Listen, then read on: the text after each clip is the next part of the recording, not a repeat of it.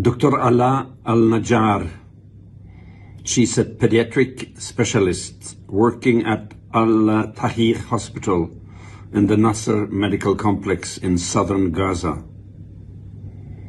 She is the mother of 10 children, the oldest one only 12 years old.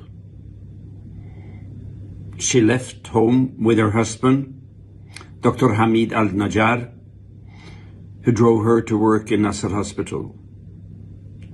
Just minutes after returning home, an Israeli-fired missile hit their home. 9 of their 10